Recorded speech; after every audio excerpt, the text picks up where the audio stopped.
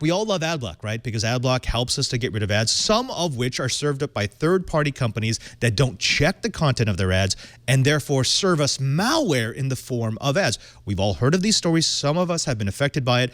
And so we think that it's sort of, well, if we're smart, we're going to use Adblock. We're going to use this company that understands what we want in order to protect ourselves from all that silliness. Well, Adblock has moved on to the next step of their evolution, and that is to sell ads. Eyeo, that's the company that makes the popular Adblock Plus software, will start selling the very thing that most of its users hate, advertising. The company is launching a self-service platform to sell what they call pre-whitelisted ads that meet its acceptable ads criteria. The new system will let online publishers drag and drop advertisements that meet Eyeo's expectations for size and labeling. Now, the acceptable ads platform helps publishers who want to show an alternative, non-intrusive ad experience to users with ad blockers, providing them with a tool that lets them implement acceptable ads themselves. If you didn't buy that, well, that's because those are the words of Tail Fida, the co-founder of Adblock Plus. The publishers who place these ads will do so knowing that they won't be blocked by most of the 100 million Adblock Plus users. That's right, folks. If you have Adblock Plus, you will still get ads as long as they come through Adblock. The software's extensions defaults allow for acceptable ads to be shown, and more than 90% of its installed base have not changed the default settings. Curtis, let me go to you. There's a lot of words that come to mind, none of which I can say on the stream. Is this just a money grab? Is this a company that has built up trust, that has built up a user base to defend against ads, saying, yeah, we were with you, but then we got offered all this money? Is this just a money play? Why, of course it is. That's almost goes without saying. But let me throw in what I suspect is some of their internal thinking. And take this with the large grain of salt that goes with the fact that I make my living in an industry that depends on ads. So by the ad blocker logic, I suspect the issue is not so much with ads. They will tell themselves, as users tend to tell publishers, it's not the fact of ads that disturbs people. This is not some sort of religious prohibition against seeing ads. It's just the type of ads.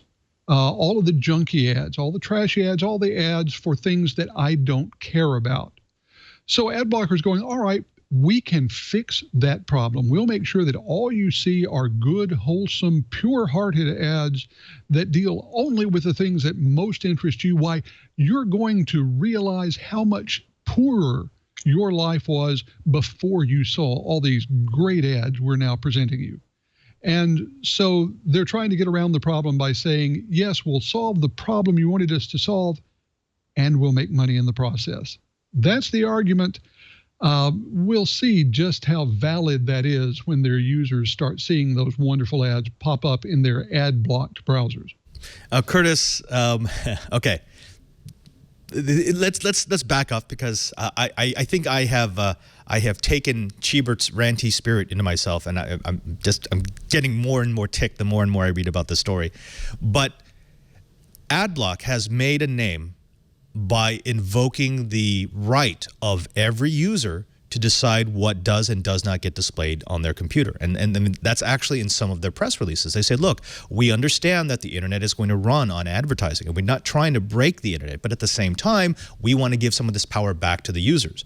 They're now going the exact opposite way. They're saying, look, we want to give the power back to the users, unless, of course, we're going to make money from it, in which case then this is going to be okay. Now, their whole argument is predicated on their ability to be better at screening ads than the other person.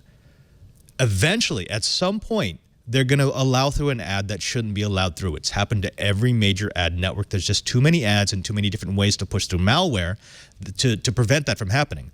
What happens the first time Adblock lets through an ad that serves malware to a computer that supposedly is supposed to be protected from malware ads? Well, I think that as we speak, there are law firms that are gathering documents and building a case for just that thing to happen.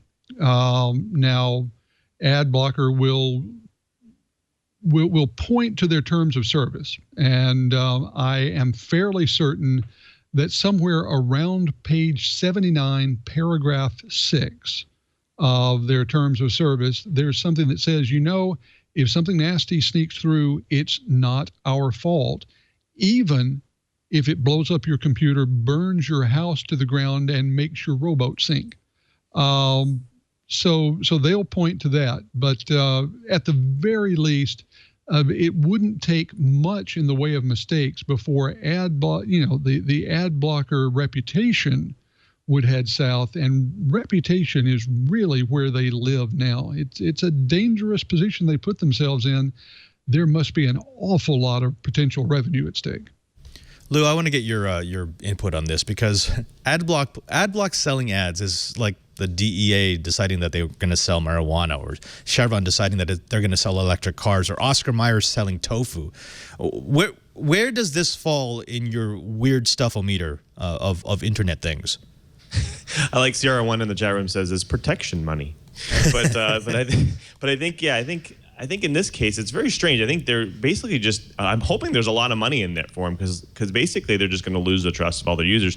And there's a lot of other protection out there, right? I mean, there's people that are building these tools, these add-ins to your browsers and so on all over the place that are going to be available once this company starts doing this. Customers are just going to drop like flies. It'd be interesting to see the user base statistics as they start to do this, and people start saying, "Wow, I thought this was supposed to be blocked, but I guess it's not." So I think that kind of thing is, once that starts happening, they're going to think, instead of it being supposed to be there, they're going to think there's something wrong with the app. So I don't think that this is a good move. I mean, maybe there, like you said, there's a lot of money up front. And I if hope that's so. the case, Yeah. I hope there's a ton of money up front, because it's going to be going away real soon. It's a huge pivot. I mean, I kind of like that protection money thing. In the back of my mind, I see an Adblock executive going, "Oh, that's a pretty ad you got there. Would be a shame if it were to suddenly disappear. I could prevent that." Okay, so how about this? There are people in the chat room who are saying, well, that's why I use, for example, PC Guy 8088, who uses uBlock Origin. But does this become a business model? You build enough trust in your product, in your ability to block ads, and then you promise your customers, but we do need to let the internet live, so we're going to serve ads, but only the good ads. Is this the new pivot, Curtis? I think that it may be the beginning of the pivot, because, as you say, if the basic flow of information on the internet stops, then its value goes down. And this really is just a big value play. Publishers, mine are no exception, have had real trouble with this, and everyone's looking for a way to fix it. A way that doesn't involve content marketers with their absolute axe to grind becoming the primary source of information. So I think we are going to see this as a partial pivot, maybe a trial pivot. The way in the airline industry, one of the airlines will be the first to raise their rates on a particular route to see if the others follow. If they don't, well, then they go back to the old fares. If they do, everyone makes more money. This is probably the first attempt. They'll see if the other carriers follow before they decide whether they can keep making this money and start figuring out add-on fees to make even more.